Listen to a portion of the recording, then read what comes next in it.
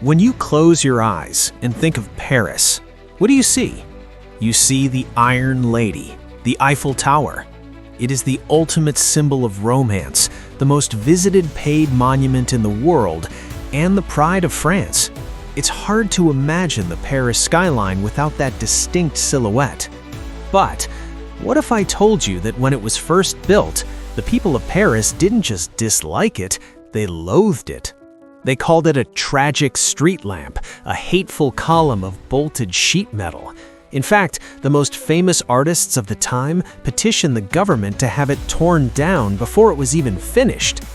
This is the story of how the world's most beloved landmark was almost destroyed by hate and how it was saved by a simple scientific invention. Welcome to Simple Things Surprising Histories. This is the story of why they hated the Eiffel Tower.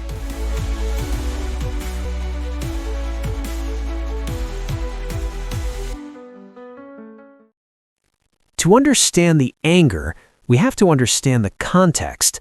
The year was 1886. France was preparing to host the Exposition Universelle, the World's Fair of 1889. This wasn't just a party, it was the 100th anniversary of the French Revolution. France needed to show the world that despite political turmoil, they were still an industrial powerhouse. The government held a contest. The challenge: build a tower on the Champ de Mars that was 300 meters, about 1,000 feet, tall. Now, here is a surprising detail. Eiffel didn't actually come up with the design himself. The concept came from two of his engineers, Maurice Quéclin and Émile Nouguier. At first, Eiffel wasn't even that impressed, but being a smart businessman, he bought the patent rights, put his name on it, and sold the idea to the committee. Out of 107 proposals, Eiffel's plan won. It would be the tallest man-made structure in the world, taking that title away from the Washington Monument. But while the engineers saw a triumph of math and iron, the people of Paris saw something else entirely. They saw a monster. Paris in the late 19th century was a city of stone, not iron. It was low-rise, classical, and elegant. The idea of a jagged industrial spike piercing the clouds horrified the cultural elite. In February 1887, just days after construction began, a letter was published in the newspaper Le Temps. It was titled, "Protest Against the Tower of Monsieur Eiffel." This wasn't just a few grumpy neighbors, this was the Committee of 300, one member for every meter of the tower's height. It included the most famous writers, painters, and architects in France, like Guy de Maupassant and Alexandre Dumas the Younger. Listen to what they actually wrote. This wasn't constructive criticism, it was an insult. They wrote, "We, writers, painters, sculptors, architects, protest with all our strength, with all our indignation in the name of slighted French taste against the erection of this useless and monstrous Eiffel Tower." They claimed that even the commercial America wouldn't want it. They predicted that the odious shadow of the odious column would block out the sun and ruin the beauty of Notre Dame and the Louvre. One famous story involves the writer Guy de Maupassant. Years after it was built, he reportedly ate lunch every day in the restaurant inside the Eiffel Tower.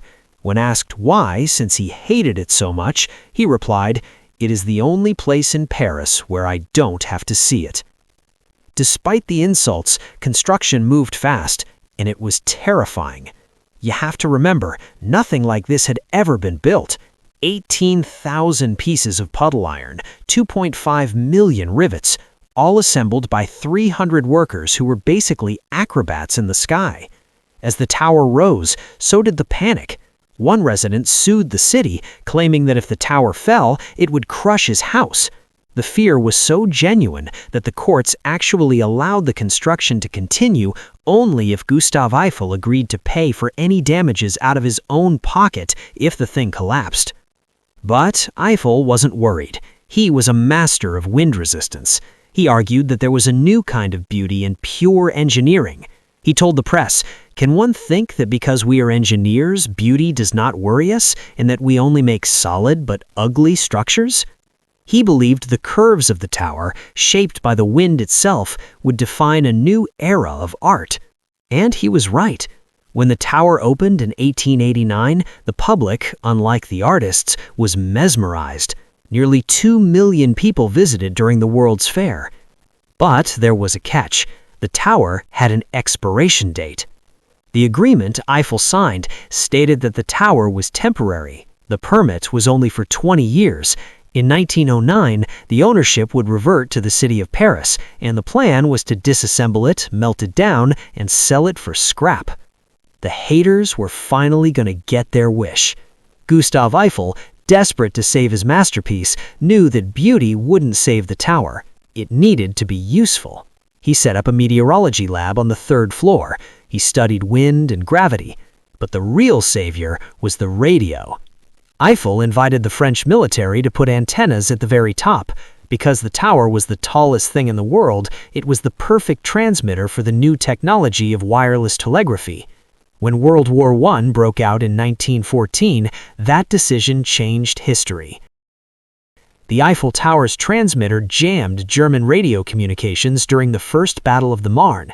It intercepted enemy messages that allowed the French army to organize counterattacks.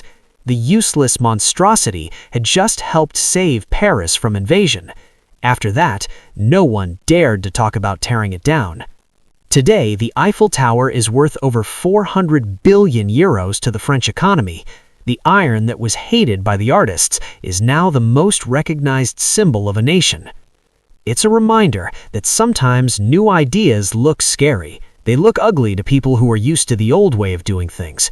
But if you build something with a strong foundation, it might just outlast the critics. What do you think? Would you have sided with the artists or with the engineers? Let me know in the comments below. If you enjoyed this slice of history, please hit that like button and subscribe to Simple Things Surprising Histories. We've got plenty more stories about the hidden past of everyday things coming your way. Thanks for watching.